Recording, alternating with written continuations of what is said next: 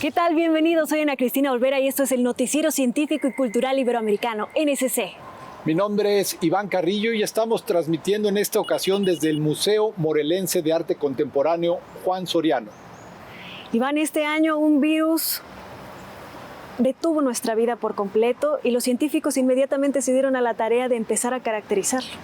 Conocer el genoma de un virus, de un patógeno de esta calidad, es muy importante porque permite saber su origen, su evolución y sobre todo desarrollar estrategias terapéuticas para combatirlo.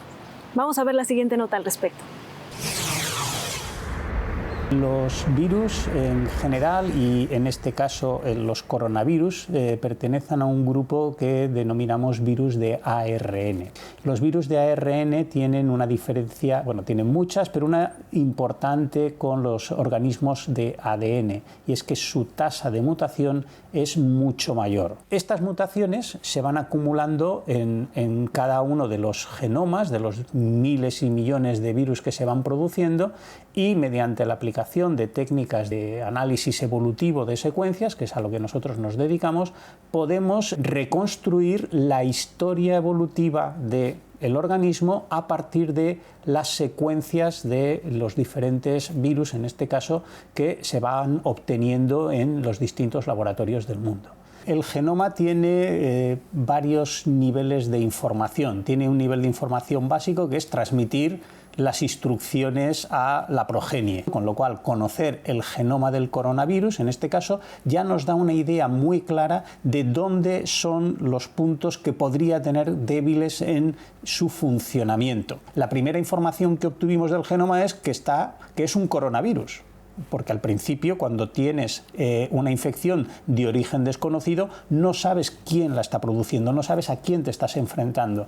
Si a eso le añadimos la información del tiempo de cuando se ha obtenido y dónde se han ido obteniendo, conseguimos una imagen muy detallada, muy precisa de cómo se ha ido extendiendo en el tiempo y el espacio una epidemia como esta causada por un virus.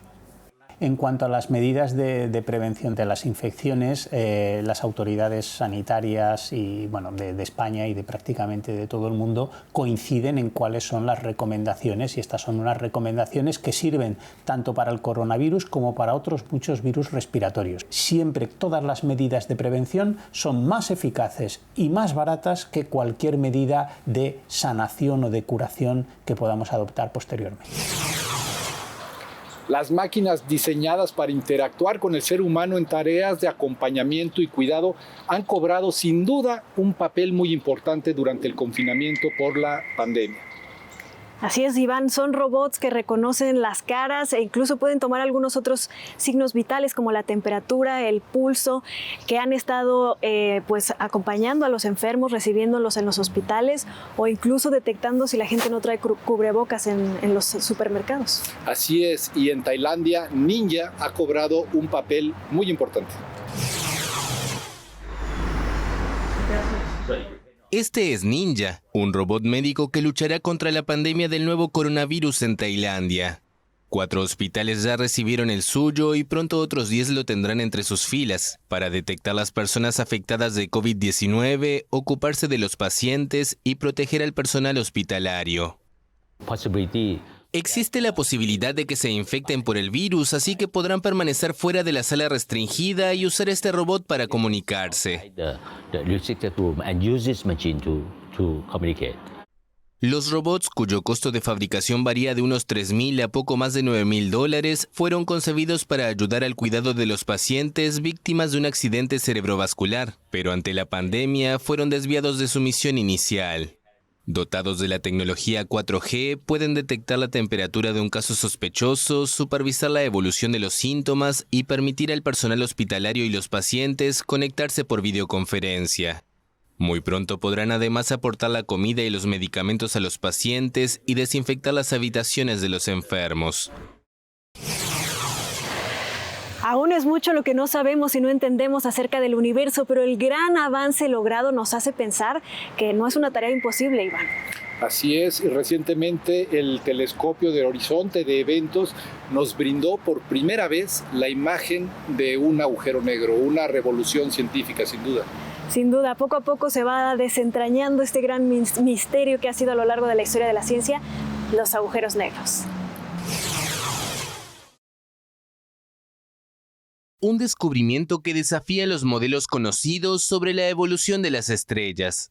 Un grupo de astrónomos descubrió un agujero negro en la Vía Láctea que está a 15.000 años luz de la Tierra y tiene una masa 70 veces mayor que el Sol, según un estudio publicado por la revista científica Nature.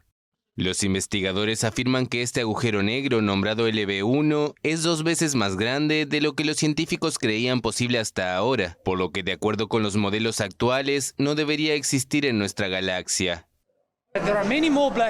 Hay muchos más agujeros negros que no han sido vistos antes viendo solamente los rayos X que emiten. Tenemos que usar técnicas diferentes para encontrarlos porque solo unos pocos de ellos están produciendo realmente rayos X. Se cree que la Vía Láctea contiene unos 100 millones de agujeros negros, que normalmente son hasta 20 veces más grandes que el Sol y se forman como consecuencia del colapso de una gran estrella hacia sí misma. También existen los agujeros negros supermasivos, que son al menos 1 millón de veces más grandes que el Sol, pero de origen incierto. Según expertos, la gran masa del LB1 apunta a que es un nuevo tipo de agujero negro, formado por otro mecanismo físico. Transformation es la fusión de la palabra transformación y farming, que quiere decir agricultura transformada. Así es, Iván, este concepto busca llevar la agricultura a espacios urbanos para reducir costes logísticos y también pues tener más a la mano estos productos frescos y saludables. Así es, y es una manera de adaptación a la transformación del cambio climático, y en los Países Bajos lo implementaron de esta manera. ¿Qué hace felices a las vacas? Suficiente alimento y aire fresco. Este establo tiene lo que ellas necesitan, aún flotando sobre el agua. Por eso el pienso para el rebaño de 34 cabezas llega por una estrecha pasarela. Más allá de eso, el establo flotante no se distingue de uno convencional. La diferencia es que este sube y baja hasta 2 metros por día a la par de la marea. Pero a las vacas no parece importarles.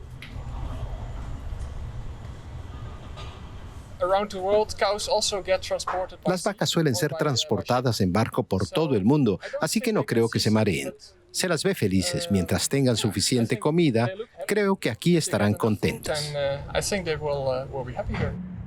El puerto de Rotterdam es enorme, pero apenas tiene espacio. Sobre el muelle se agolpan las construcciones. Primero fueron los departamentos y ahora se añadió el establo.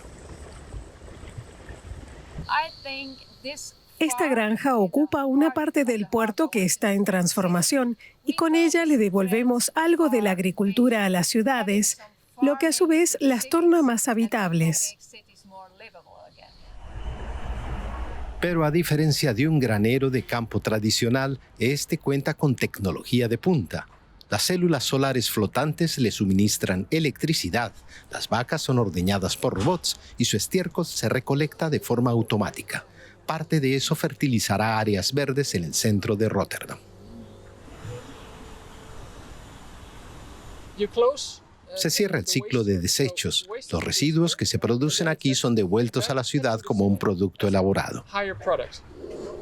De vez en cuando los expertos deben resolver algún que otro problema, pero más allá de eso, la granja flotante de Rotterdam está despertando interés en todo el mundo, sobre todo en ciudades costeras densamente pobladas como Singapur, que buscan soluciones ante el aumento del nivel del mar. Singapur importa el 96% de todos sus alimentos. Este volumen es enorme y están rodeados de agua. Como es lógico, este es un proyecto óptimo para un área como la de Singapur y estamos negociando con las autoridades locales. Así que una de las próximas granjas flotantes estará allí. Pero las vacas no son las únicas que deberán adaptarse a un medio acuático. Los criaderos de pollos y los invernaderos también estarán pronto sobre el agua. Este año 2020 nos llenamos de orgullo al cumplir 3 años de emisiones del Noticiero Científico y Cultural Iberoamericano. Una felicitación para todo el equipo que hace posible este noticiero, que hoy llega a más de 200 pantallas, 17 países en Iberoamérica, además de los Estados Unidos y Canadá. Esto nos ha consolidado como un medio de información de noticias científicas, tecnológicas y culturales muy confiable.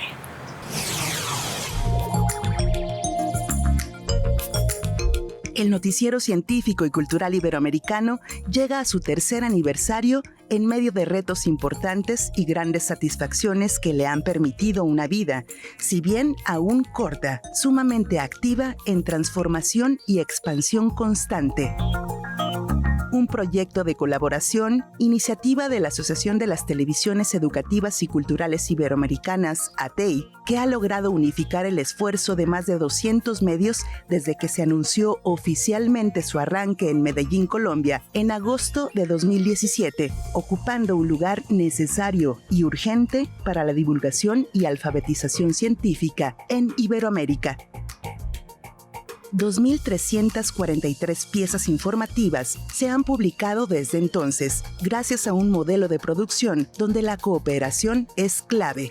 La consolidación del noticiero científico y cultural iberoamericano ha sido posible debido al trabajo de 253 emisoras de radio y televisión, las agencias de noticias más importantes del mundo, así como decenas de comunidades universitarias e instituciones públicas que comparten con entusiasmo los hallazgos científicos, adelantos tecnológicos y expresiones culturales de sus territorios. Los enormes retos y dificultades que ha traído consigo la inusitada crisis sanitaria de COVID-19 no ha frenado en lo absoluto el avance y crecimiento del noticiero científico y cultural iberoamericano, que a partir de su cuarto año se expande a una emisión más cada semana, con lo que ahora produce 3 emisiones, una de ellas especializadas en ciencias y tecnologías de la salud. También, el equipo del NSC lanzará una serie inédita, 1.5 grados El Límite, que analiza a fondo la gama de problemáticas y conflictos generados a causa del calentamiento global. Además, se emitirá una sección de ciencia y tecnología en los noticieros locales de los países socios de NSC, con 8 minutos de información valiosa y puntual. A 3 años desde su creación, el noticiero científico y cultural iberoamericano se ha granjeado un lugar por derecho propio en redes sociales, plataformas y televisión pública, no solo de Iberoamérica, sino del mundo, demostrando que el éxito de un modelo colaborativo entre naciones es posible y afianzando el importante espacio que deben ocupar la ciencia, la tecnología y la cultura en el mundo de la comunicación actual.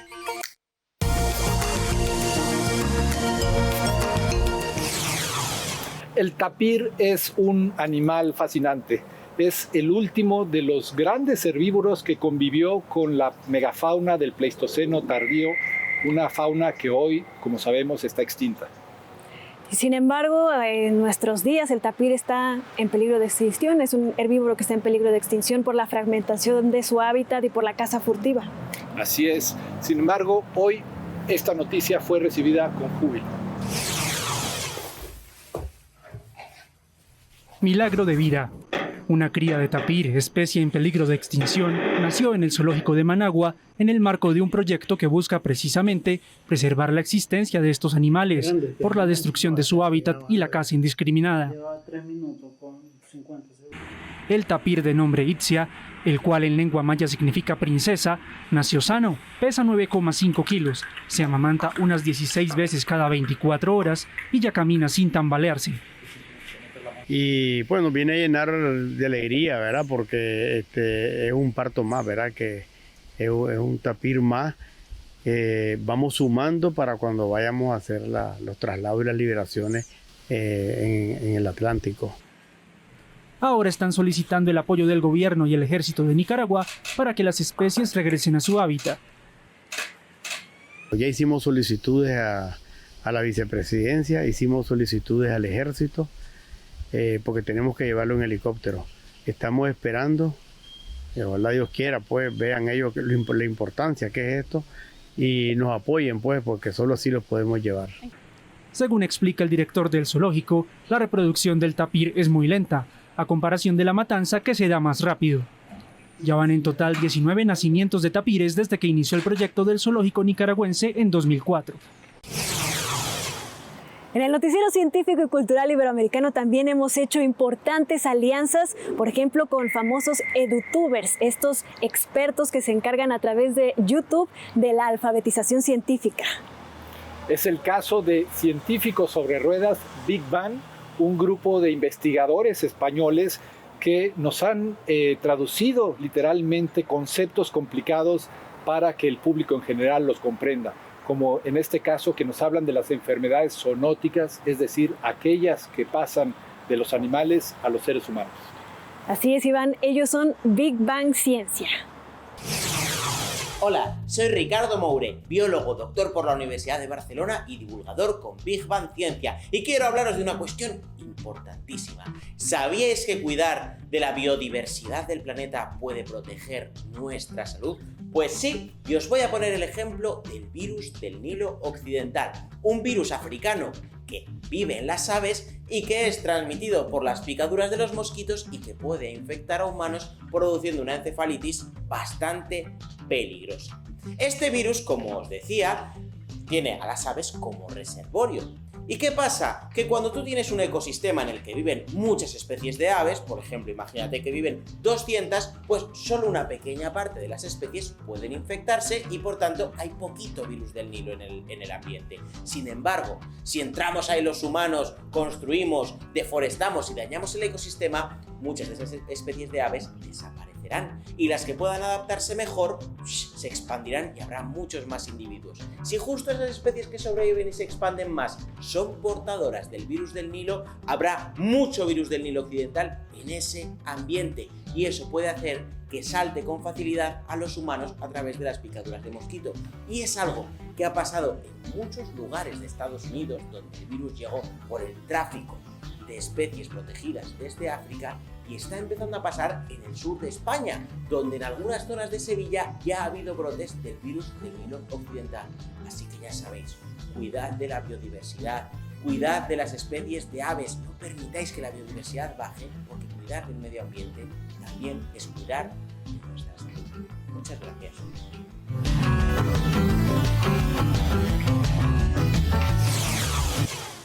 Este año el Vaticano decidió abrir los archivos del papado de Pío XII, cuyos documentos han permanecido a la sombra bajo acusaciones de que este papa no ayudó a salvar a los judíos durante el Holocausto.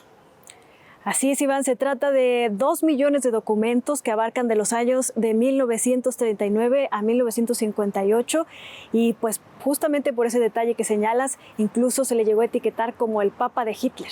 Así es, y ahora esta investigación que tardará años ayudará a dilucidar el papel de este Papa durante este periodo histórico. Más de 200 historiadores y académicos se preparan para examinar los archivos que el Vaticano abrirá el 2 de marzo sobre Pío XII, el papa más controvertido de la historia, criticado por no haber condenado públicamente el Holocausto nazi. Los primeros que tendrán acceso son los expertos del Museo estadounidense dedicado a la memoria del Holocausto y la comunidad judía de Roma. La mayoría, casi todos los archivos principales del mundo han estado disponibles en los últimos 75 años. Y los archivos que posee el Vaticano, la Iglesia Católica Romana, están entre los últimos y más importantes de todos los archivos relacionados con el destino de 6 millones de judíos europeos y millones de otros. Anunciada hace un año tras la exigencia de numerosos investigadores, la apertura de esa inmensa documentación permitirá responder a la controversia iniciada hace medio siglo sobre el pontificado de Pío XII. Según explica Brown Fleming, el futuro papa, Eugenio Pacelli, estaba en Alemania como diplomático y luego secretario de Estado durante la década de 1920, por lo que estaba familiarizado con Alemania y llegó con prejuicios y estereotipos al papado. Era un líder político, era un jefe de una ciudad-estado, pero también era un líder moral. Tenía millones de católicos en todo el mundo que estaban atentos a lo que iba a decir, lo que iba a hacer, cómo él iba a responder a instruirlos para que respondieran. no solo sobre cuestiones políticas, sino también sobre cuestiones morales y sobre la vida y la muerte. Por lo tanto, para millones de personas, católicos y judíos, estos registros son de gran interés humanitario. Según sus defensores, Pío XII evitó declaraciones estruendosas para no poner en peligro a los católicos de la Europa ocupada por los nazis y el fascismo. El tema ha dado lugar a docenas de libros, incluidos devastadoras obras que llegaron a hablar del Papa de Hitler. Está bien si no nos gustan todas las respuestas. Lo que encuentro realmente importante aquí es que finalmente podemos buscar esas respuestas. Que hay una voluntad de ser transparentes por parte del Papa Francisco ahora. Decir, veamos la verdad. No sabemos qué es, pero veamos. En 200 metros de estanterías se albergan 1,749 ficheros dedicados a los 19 años de pontificado de Pío XII. La labor de revisión podría llevar años según religiosos encargados de los archivos. Los historiadores podrán encontrar, por ejemplo, documentos sobre los contactos entre el nuncio, embajador de la Santa Sede en Berlín y las autoridades alemanas. El Vaticano exige que algunos documentos permanezcan en secreto, como los archivos que documentan el cónclave y la elección del Papa. En el 2010, la gastronomía mexicana fue declarada Patrimonio Cultural Inmaterial de la Humanidad por la UNESCO. Y mira, un grupo de investigadores se ha dado a la tarea de poner el foco en un platillo tradicional del estado de Jalisco, en México, por supuesto, para analizar su valor nutritivo. Son muchas las leyendas que compiten en el imaginario tapatío para tratar de acreditar el origen de la torta ahogada, un platillo típico del estado de Jalisco en México. Es característico de la dieta jalisciense. Se compone de un pan conocido como virote salado de consistencia crujiente y poco permeable. Se sumerge en salsas de jitomate y chile de árbol. Si el comensal lo desea, puede resultar una experiencia extremadamente picante. A las ahogadas, como se les conoce, las acompaña el elemento estelar al interior del virote, carnitas de cerdo fritas en manteca. Los tapatíos suelen creer que una ahogada posee poco valor nutricional y que su ingesta provoca aumento de peso. Científicos jaliscienses del CIATJ realizaron un estudio que revela que es un producto bajo en grasas. Es que la carne, como es tan magra, tiene una gran cantidad de proteína. Al momento de freírla, hay como un rechazo de la grasa hacia el interior del músculo por la gran cantidad de proteína. Entonces, haz de cuenta que la grasa nada más le queda en la superficie. Es por eso que se reduce el porcentaje de grasa. Además, una torta ahogada posee una gran calidad nutricional, incluso más que un filete de res. Por cada 100 gramos aporta 28 gramos de proteína, 5 gramos de grasa, 3 gramos de carbohidratos y solo 172 calorías. Tiene un porcentaje, la carne tiene de un 23 a un 28% de proteína.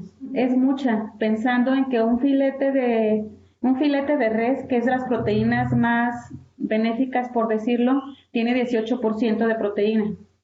Si nos vamos, por ejemplo, a 100 mililitros de leche, anda como en un 3% de proteína. El estudio podría ser el comienzo para desmitificar más platillos tradicionales como la barbacoa, que se consume en varios estados del país, o el cochito de Chiapas. En ambos platillos se sospecha de importantes aportes nutricionales para el cuerpo humano. NSC Noticias, Susana Martínez Rubí. Muchas gracias por habernos acompañado en el noticiero científico y cultural iberoamericano NSC. Queremos agradecer la participación del Instituto Morelense de Radio y Televisión, su colaboración para este programa en especial. Hoy nos despedimos desde el Museo Morelense de Arte Contemporáneo Juan Soriano. Nos vemos la próxima.